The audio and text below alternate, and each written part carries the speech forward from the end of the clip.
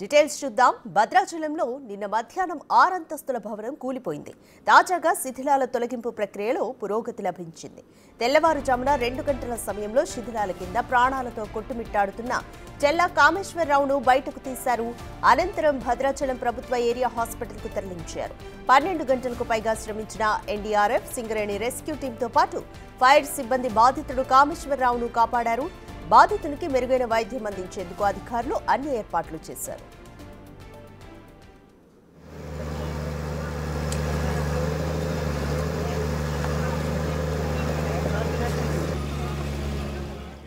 మరోవైపు శిథిలాల కింద ఉన్న ఉపేందర్ అనే వ్యక్తి ఆచూకీ తెలపాలంటూ కుటుంబీకులు రోధిస్తూ జిల్లా కలెక్టర్ వాహనానికి అడ్డు తగిలారు.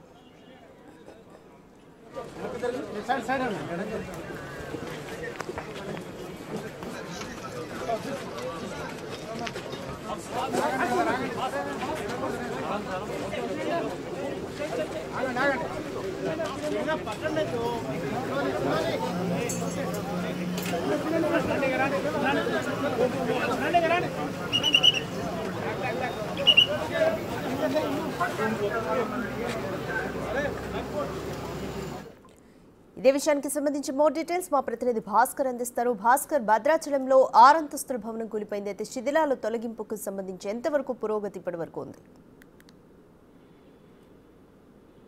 ఇప్పటికే భద్రాచలంలో నిన్న మధ్యాహ్నం జరిగినటువంటి యొక్క ఘటన చాలా వరకు కూడా అంటే ఈ ప్రాంత వాసులు మొత్తం కలవరపెట్టిందని చెప్పుకోవచ్చు. అనధికారికంగా 6 అంతస్తుల బిల్డింగ్ ను ఉన్నటువంటి శ్రీనివాస్ అనే యజమాని ఒక నిర్మాణం చేపట్టడం, దాంతో పాటు రోజువారీ కూలి పనులు భాగంగానే కొంతమంది వ్యక్తులను ఇక్కడ తీసుకురావడం, ఇక్కడ తీసుకొచ్చిన తర్వాత ఆ పనులు చేస్తున్న నేపథ్యంలోనే ఒక్కసారిగా మధ్యాహ్నం 3 గంటల సమయంలో ఒక పేకం మెడల్ లెక్క ఉన్న బిల్డింగ్ కూలిపోవడంతో దాంట్లో పని కోసం వచ్చినటువంటి కార్మికులంతా కూడా ఉన్నట్టుగా స్థానికులు చెప్తున్న నేపథ్యం ఉంది. మొత్తానికైతే ఎంతమంది పనిలో ఉన్నారనేది స్పష్టత లేని ఘటన అయితే నెలకొని ఉంది. ఒకవైపున ఇంటి యజమాని మాత్రం కేవలం 2 వ్యక్తులతోటే పని నేను చేపిస్తున్నానంటూ చెప్తున్న నేపథ్యంలో ఉంటే, కానీ చుట్టుపక్కల నివాసులు మాత్రం అక్కడ 4 నుంచి 5 వరకు పైగా స్థానికులు ఉండే అవకాశం ఉన్నది అని చెప్తున్న నేపథ్యం అయితే ఉంది. ఫలితంగా చూసుకుంటే మాత్రం ఇప్పటికే నిన్న అంటే 4 గంటల నుంచి సహాయక చర్యలు ప్రారంభమైన నేపథ్యంలోనూ ఒక్కసారిగా ఎన్డీఆర్ఎఫ్ సిబ్బందితో పాటుగా సింగరేణి రెస్క్యూ టీంతో పాటు మరోవైపు ఐటీసీ సిబ్బంది, మరోవైపున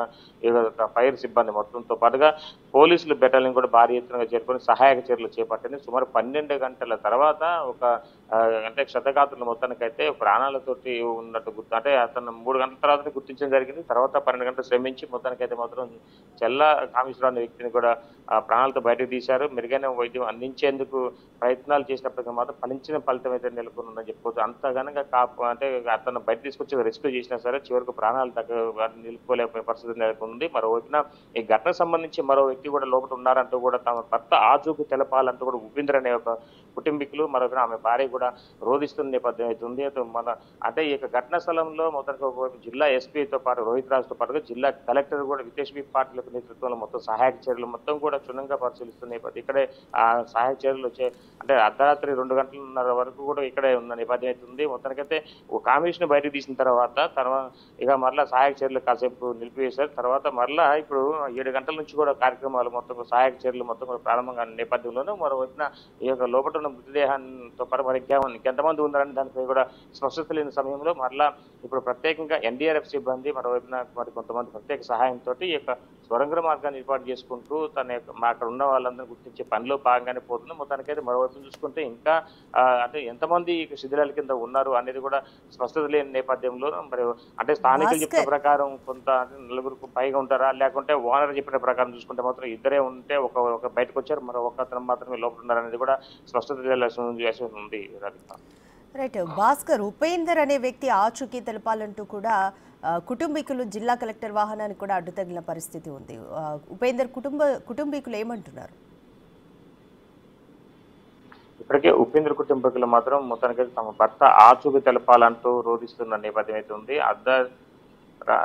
రోధిస్తున్న నేపథ్యం అవుతుంది రాధిక. మరోవైపు చూసుకుంటే మాత్రం ఇప్పటికే అంటే ఆ ప్రాంతం అంటే ఏదైతే నైట్ అర్ధరాత్రి తెల్లవారుజామున 2:30 గంటల సమయంలో ఆ కామేశ్వర వ్యక్తిని కాపాడిన తర్వాత తన భర్త ఆచూకీ కూడా తెలపాలంటూ మృతులు అంటే ఉపేందర్ యొక్క కుటుంబీకులు కూడా ఆందోళన వ్యక్తం చేశారు. తర్వాత ఎస్పీ జిల్లా కలెక్టర్ వాహనానికి కూడా అడ్డుతగిలిన నేపథ్యం అయితే ఉంది. అయితే అతని యొక్క ఆచూకీ ఇంతవరకు కూడా లేకపోవడం, అతనికి సంబంధించిన ఆనవాళ్ళు దొరికినాయి. అంటే ఆయన ఉన్న వెహికల్ కావచ్చు, తర్వాత ఆ పనిలో ఉన్న వాళ్ళు కొంతమంది ఇక్కడ తెలిసిన వాళ్ళు అతనే ఇక్కడ ఉన్నారు అనేది కూడా స్పష్టతగా వచ్చిన నేపథ్యం అయితే ఉన్నది. అతని యొక్క ఆచూకీ ఇంతవరకు ఇంకా మరి ఈ రోజు ఉదయం నుంచి మళ్ళీ సహాయక చర్యలు చేపడితే అవును తెలిసే అవకాశం మెండుగా ఉంది. ఎందుకంటే ఒకదానిపైన ఒకటి పేర్చిన విధంగా ఈ యొక్క బిల్డింగ్ పడిపోవడంతో ఆ బిల్డింగ్ శిథిలాల కింద అతను ఉంటారనేది కూడా ఒక అంచనా ఇస్తున్నారు. ఫలితంగానే అతను సజీవంగా ఉన్నాడా లేదా అనేది కూడా తెలవాల్సిన పరిస్థితి నెలకొని ఉంది. ఎందుకంటే ఇప్పటికే 15 గంటల పైగా ఈ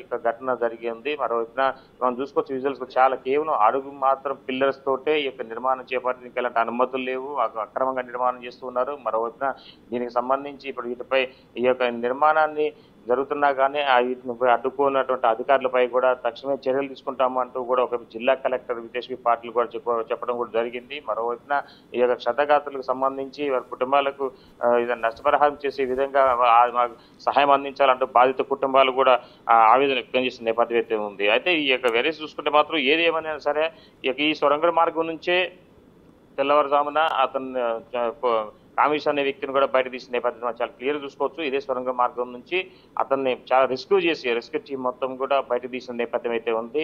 అంటే ఈ యొక్క మనకు కనపడుతున్న దగ్గర నుంచి ఇంకా 6 అడుగుల పైగా కూడా లోపలికి వెళ్ళిపోయి అక్కడ ఒక శాంతంగా ప్రదేశంలో ఒకవైపు అంటే ఫ్లోర్ను తవ్వుకుంటూ చిన్నగా వాటిని డ్రిల్ చేసుకుంటూ లోపలికి వెళ్ళిపోయి అతన్ని సేవ్ చేశారు. మరి తర్వాత బయటకు వచ్చిన తర్వాత అతని యొక్క అంటే ట్రీట్మెంట్ ఇస్తున్న నేపథ్యంలో అతను కూడా ప్రాణాలు కోల్పోయారని తెలుస్తున్న నేపథ్యం అయితే ఉంది. అయితే ఏది ఏమన్నా ఈ యొక్క ఘటన సంబంధించి మాత్రం కాస్త అలజడి నెలకొంది. ఎందుకంటే అప్పటి ప్రశాంతంగా ఉన్న వాతావరణంలో మరోవైపున ఈ యొక్క ఇంటి నిర్మాణం ఒకసారిగా కూలిపోవడంపై కూడా ఆందోళన వ్యక్తం చేస్తున్నారు. అంటే బ్రతుదేరు కోసం పని కోసం వచ్చిన వ్యక్తులు ఒక్కసారిగా గీతా జీవులు పడి ఉండడంతో కూడా కన్నీరు ముందు నేపథ్యం ఉంది.